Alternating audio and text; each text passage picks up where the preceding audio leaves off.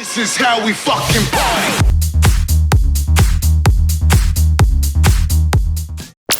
Vom descoperi în următoarele 20 de minute, vreau să spun, un spațiu, o locație dedicată grijii față de tot ceea ce înseamnă piele și zona dinților. Este foarte important. Parte din aspectul nostru plăcut înseamnă de asemenea și dinții. Parte din ceea ce înseamnă servicii dedicate în locația care urmează să o prezentăm ține și de zona stomatologiei. Un loc splendidisim în inima Bucureștiului, am putea spune. Vizionare plăcută!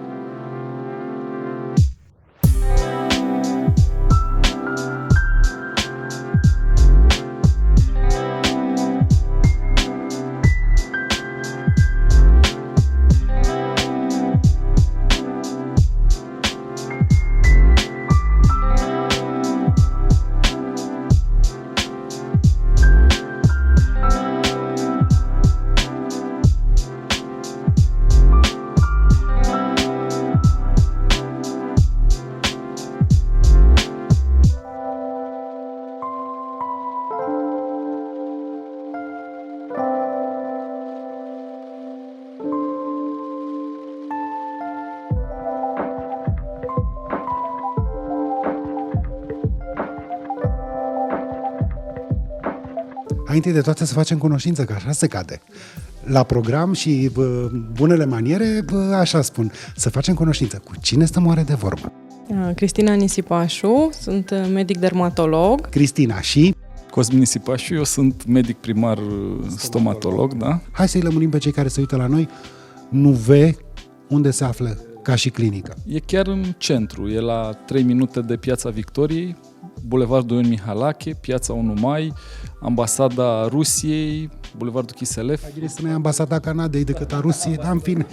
Asta este. Că sunt una lângă alta, nu de alta. Știi că Ambasada Rusiei e gard în gard cu Ambasada Canadei. Consulatul Italiei.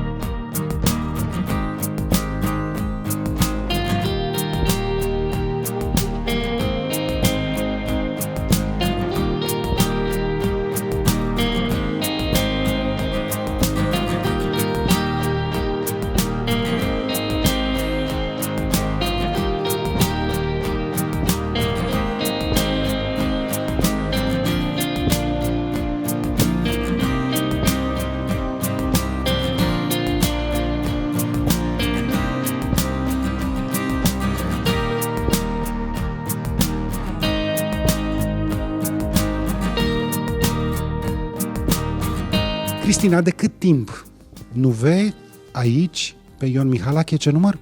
60. În curând facem 6 luni de când am deschis... Jumătate de ani. Da. Mulți înainte. Mulțumim, să sperăm că vor fi cât mai mulți. Ce gen de tratamente, cu ce îi bucuri pe cei care vin către Nuve? Noi ne-am axat mai mult pe partea de tratamente medicale. Avem și o parte de tratamente cosmetice, pentru că sunt și paciente care vor lucruri mai puțin invazive, dar specialitatea mea este pe lucruri invazive, că îmi și place. Adânc, intrăm adânc în piele. Ca să se vadă și rezultatele și să fie cât mai durabile. Conceptul este pe aspectul natural, încercăm să promovăm îmbunătățirea trăsăturilor fiecăruia și nu schimbarea acestora prin adăugarea de trăsături nenaturale. O consultație foarte amănunțită înainte și o discuție foarte concretă cu pacienta pentru a înțelege exact ce își dorește și pacienta să înțeleagă ce fel de tratamente facem ca să ajungem la un rezultat natural și apoi cum întreținem rezultatul ca să fie durabil, când ne vom revedea și ce trebuie să facă și acasă. Nu tratăm numai probleme de frumusețe, tratăm și probleme medicale, pentru că specializarea mea este de patologie întâi și apoi m-am axat pe partea de frumusețe, dar nu putem să facem tratamente estetice dacă nu suntem sănătoși, adică dacă nu avem o piele sănătoasă pe dedesubt sau, într-adevăr, nu poți să pui botox pe niște cicatrici de arsură, trebuie să tratezi întâi arsura. Da?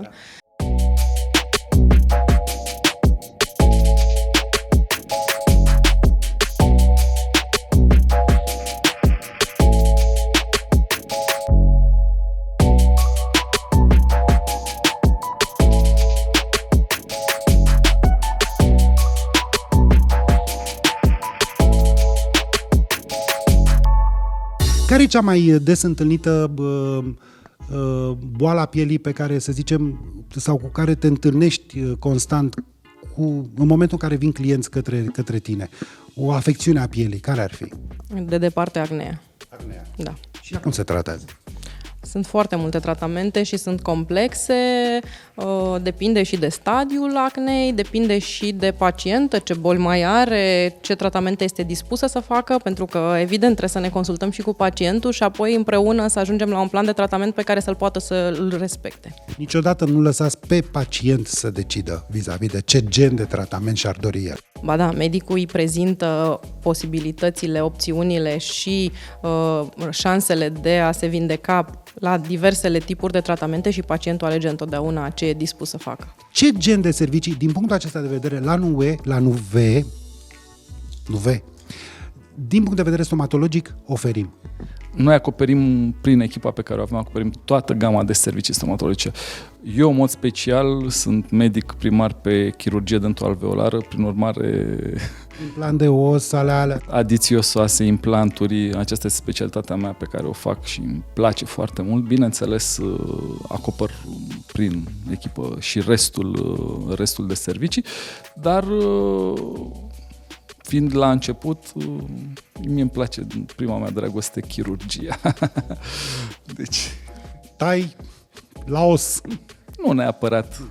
Readucem zâmbetul pierdut, pentru că cazurile sunt complexe, iar oamenii care vin și ni se adresează, de multe ori suferă din aceste motive.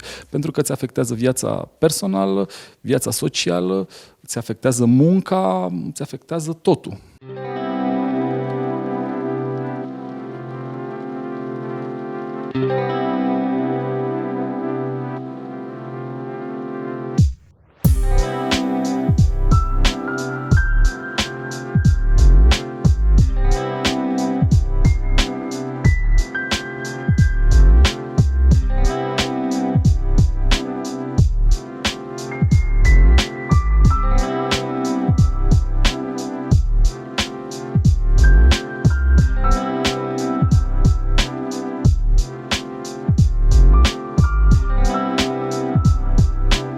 Vrei să te faci frumoasă, vrei să-ți bagi, să-ți umfli, să-ți ridici, să-ți faci intervenții. Dacă tot vrei să fii perfectă, fii până la capăt. Le recomanzi chestia asta? Da, dar nu neapărat numai din punct de vedere estetic, cât și faptul că neavând anumiți dinți sau având anumite probleme, buzele nu se așează frumos, pentru că există resorpții osoase care influențează mușchii din jurul gurii și automat pielea. Și atunci... Toate se leagă. Da, toate se leagă, evident. Da. Și de aceea totul s-a legat foarte bine în ceea ce înseamnă NUVE ca și clinică. O poveste foarte frumoasă de familie. Medic dermatolog, medic stomatolog, soție, iată, împreună dându-și mâna spre binele vostru, au creat tot ceea ce voi vedeți în momentul de față. Și iată, am descoperit și noi timp de 20 de minute. NUVE, clinica NUVE. Este aici în București, pe bulevardul Ion Mihalache, numărul 60. Dacă tot aveți intenția de a tinde către perfecțiune, începutul, primul pas, e să veniți către o astfel de clinică, să vă consultați și să beneficiați de servicii de top, pentru că asta oferă NUVE. Mersi din suflet. Și noi îți mulțumim. Mulți ani de acum încolo și mulți clienți cu zâmbetul până la urechi să faci. Mulțumim, Mircea.